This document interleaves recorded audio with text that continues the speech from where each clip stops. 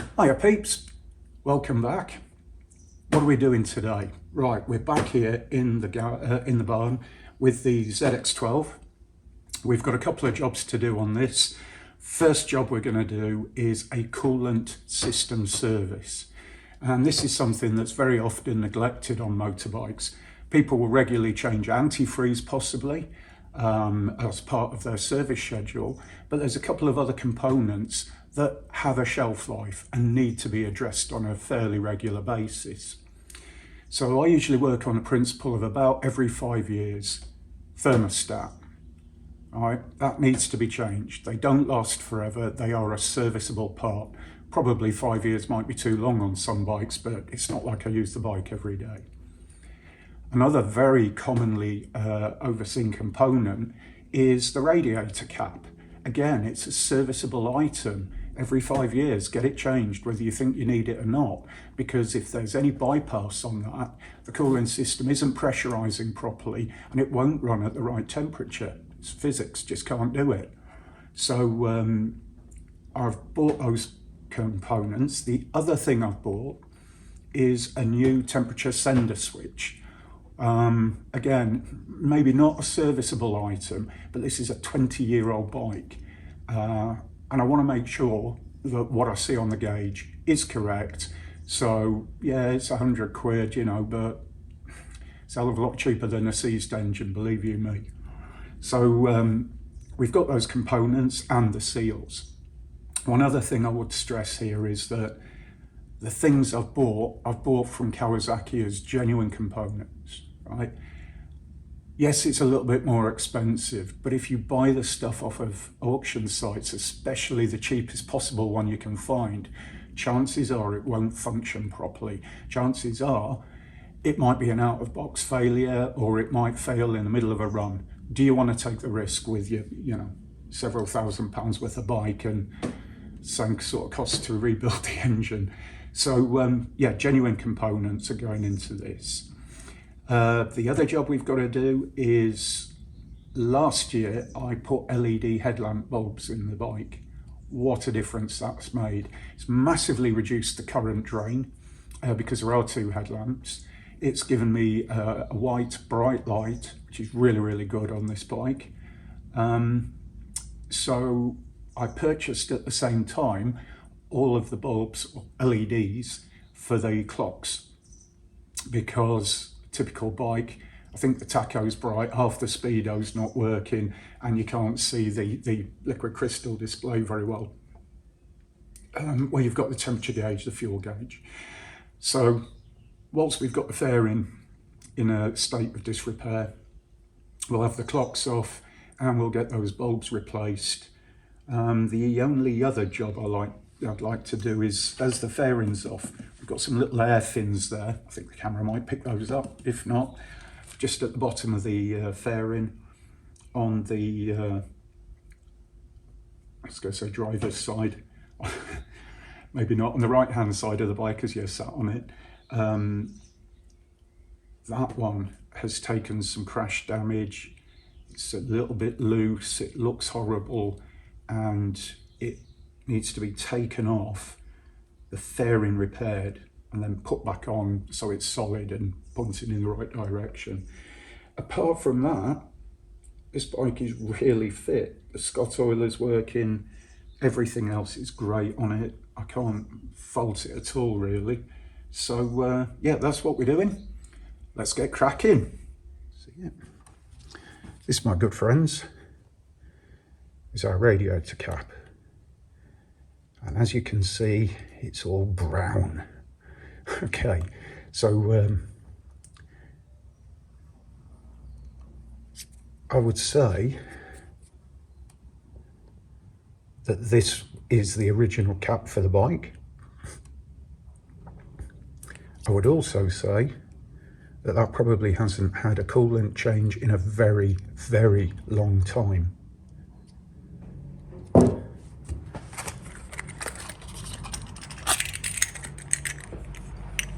This is our replacement cap. They do look slightly different, but look, not lying. Genuine part, that's the part number, cap radiator, for this year of bike. Slight different look, but that doesn't mean to say it isn't the right part. Let's see what else we've got here.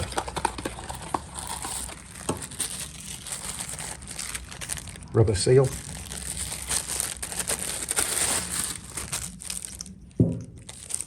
New temperature sender.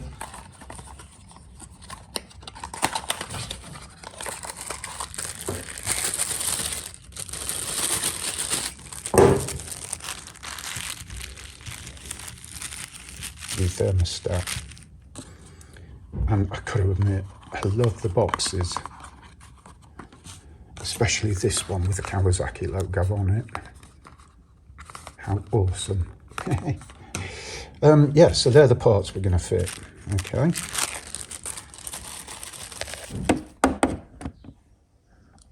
A little bit low on fluid, and looks, yeah, not particularly beautiful.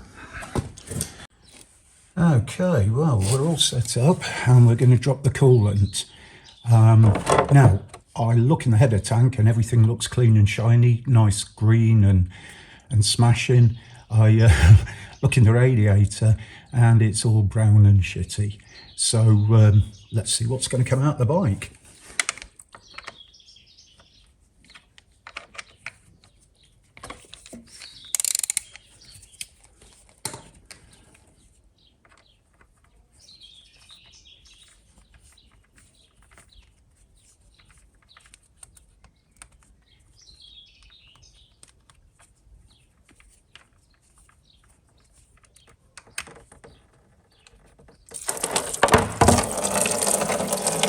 Well, that looks very brown and watery, and I'll show you what it looks like in the pan as soon as it stops being so energetic. So, as promised, this is the contents, and that should be a nice bright green colour, and that's full of mud and silt and nasties. Not good. I wonder how long it's been since that was changed. So what we'll do, fill up the system with cool water and just keep on flushing it out. Right, let's get some water in and see what happens.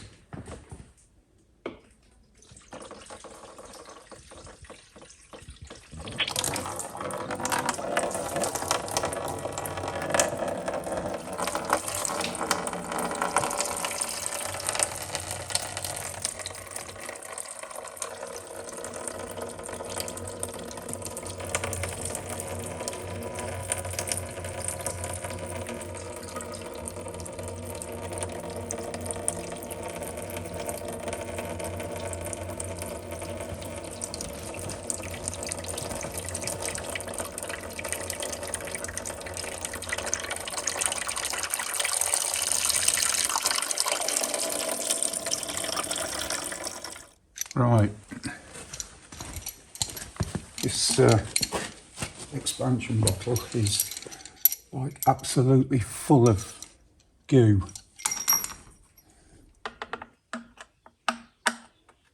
Yeah, it's time to get this off. Give it a clean out. And in fact, actually what we might do is leave it off whilst we dive into the thermostat, just because it'll give us some more space. There's one there.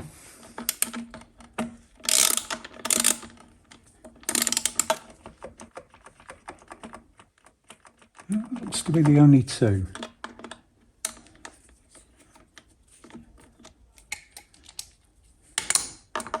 You would have thought there'd be 3 bolts, but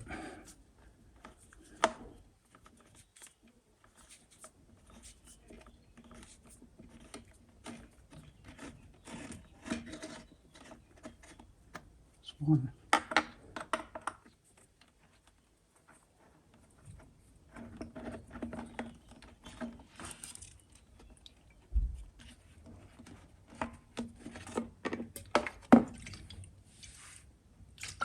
So you can hear fluid in there, possibly, but it's not coming out. things like this that cause motorbikes to overheat.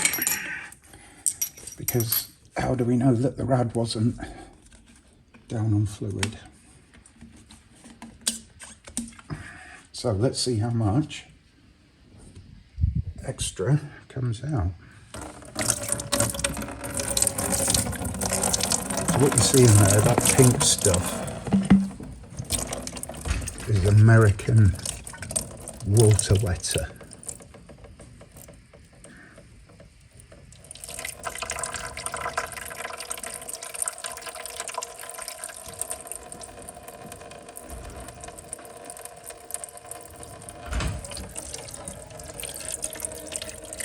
And obviously that's never been in the engine, it's a shame. I'm just going to throw it away, but I can't quite bring myself to put it back in a clean system. So what water wetter does is it does exactly what it says. It makes the water surface tension far less, so that when the metal is hot, rather than you get a film of steam, if you like, separating the water from the metal, it breaks all that down, so the water actually contacts the metal fully, and that helps cooling. I mean, you know, the level of steam in between the water and the metal normally is probably very, very fractional, minute, but it can be enough to change cooling. Or, I don't know if you can see that, I'm blocking holes like that, so the system actually has fluid in it, probably helps more. Without wishing to lose my camera, sink.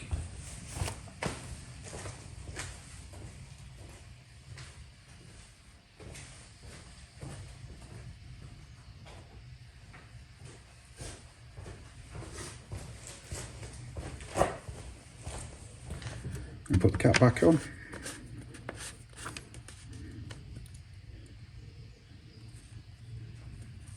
Actually, what we'll do is put some fluid in it.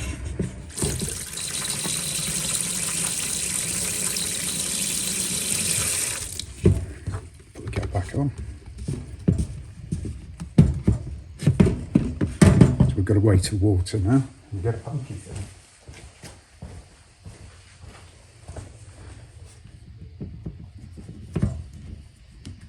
Oh, that's not very good.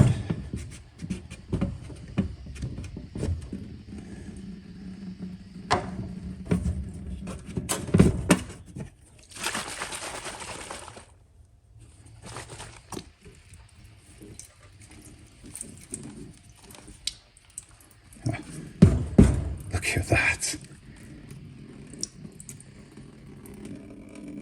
That's running quite slow now, so. Oh, blimey.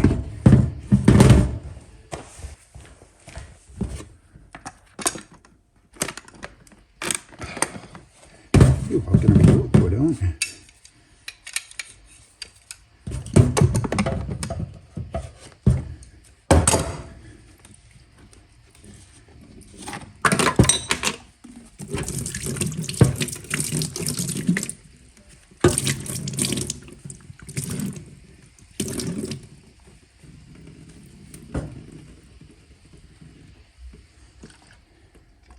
I can't really see a great deal in there, so there might be more deposits.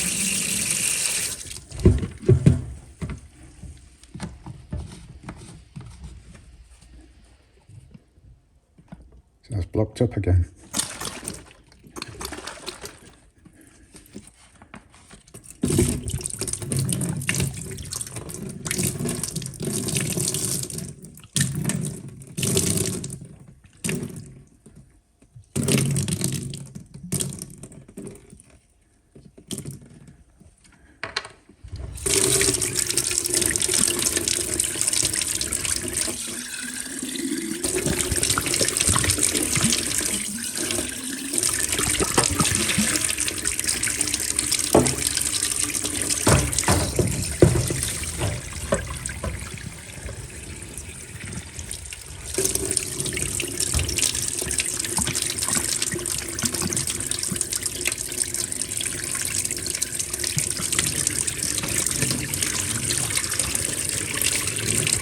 Still stuff coming out, that's a definite. Right. What I'm going to do, clean this thing up a bit. There's all sorts of other stuff floating around.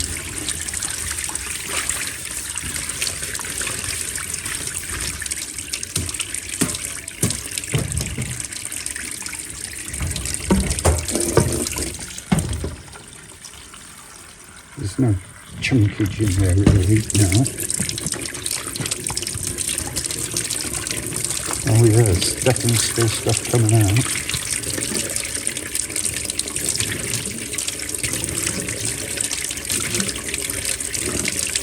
Flaky. It's almost like